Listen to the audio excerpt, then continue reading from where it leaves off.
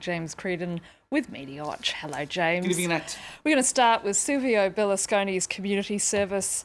Those Twitter users have been having a lot of fun with that bit of news, haven't they? They're cheeky people out there in the online community, aren't they? That's right, from bedpans to, or what was it, from bunga bunga to bedpans, bunga to bedpans. As we were saying earlier. But indeed, for more on that, for more about bedpans, Twitter users have been rather predictably being irreverent, and lots of images have been appearing on social media because he is to do that community service in an old folks home, right? So here he is, and he's known for having quite the talent for singing. Indeed, he started his career on a cruise ship at some point singing.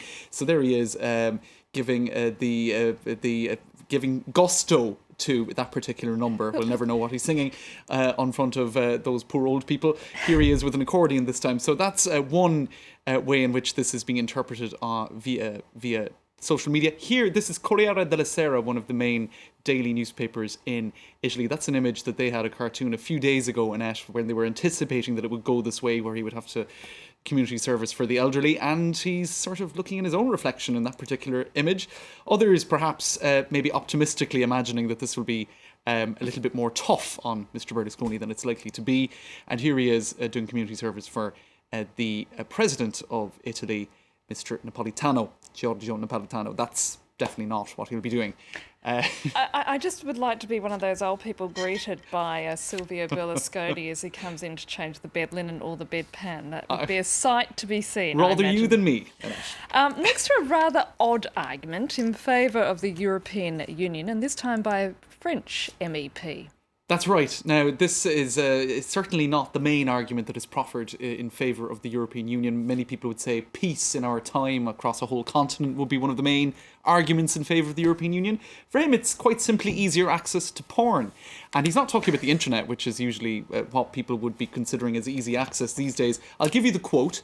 "I tell them at their age when I was 18. He's talking about young people visiting the European Parliament. He's the head of the main conservative group in the European Parliament, Mr. Joseph Daul. He said, when I was 18, when I wanted to go to Kehl, which is on the German side of the Franco-German border, just across the river from Strasbourg, in order to see porn films, which were banned in France, you would have to wait for 2.5 hours to get through customs. Sometimes when I arrived, the film would be finished. Sometimes I would get there and I'd realise I didn't have Deutschmarks." So basically saying that nowadays you can just walk across the border from Strasbourg into Kehl.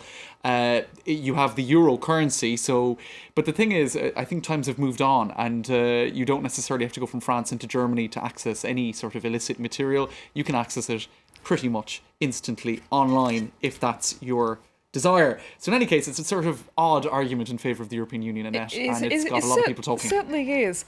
Now, the Finnish Postal Service has brought out a new stamp, and it's raising some eyebrows. You could say that. Let me show it to you. This is Le Monde had this today, if I can actually find it. I have to click back here. In any case, Tom of Finland, it's homoerotic porn, Annette, and they've decided to put this on a stamp in Finland, proving after the statement of our French MEP that Europe's morals are going down through the floor. But in any case, it's not the first time that we've had controversial stamps in Europe. In fact, last year, this particular stamp raised an awful lot of eyebrows in France. That is, I can't remember her name now. She's one of the main, Ina Shevchenko. She's one of the main faces of Femin, the feminist group from Ukraine, incidentally, but resident mostly in France. She was the model for Marianne, which of course is the symbol of the French Republic. It got an awful lot of people upset, thinking that, Femin isn't the best example of that, especially when she tweeted this. She said, "Femin is on a French stamp, so now people will have to lick my behind when they send a letter." Charming. So you can see the link here between Yes, Tom of Finland on a yes. stamp, and there you go. I was going to I'm say... looking for connections. You are, but you're not having to draw that long a bow. Finally, to what researchers say must be the first example of a smiley emoticon. That's right. Now, this is a poem by Robert Herrick. The Atlantic identified this one from 1648, Annette. "Tumble me down and I will sit upon my ruins, smiling yet. Tear me to tatters, yet I'll be patient in my necessity." Now, what you can see there is the colon and the closed bracket, which is the infamous smiley. But this is in 1648, so it does appear that he might have been having a bit of a laugh seeing as he was talking about smiling.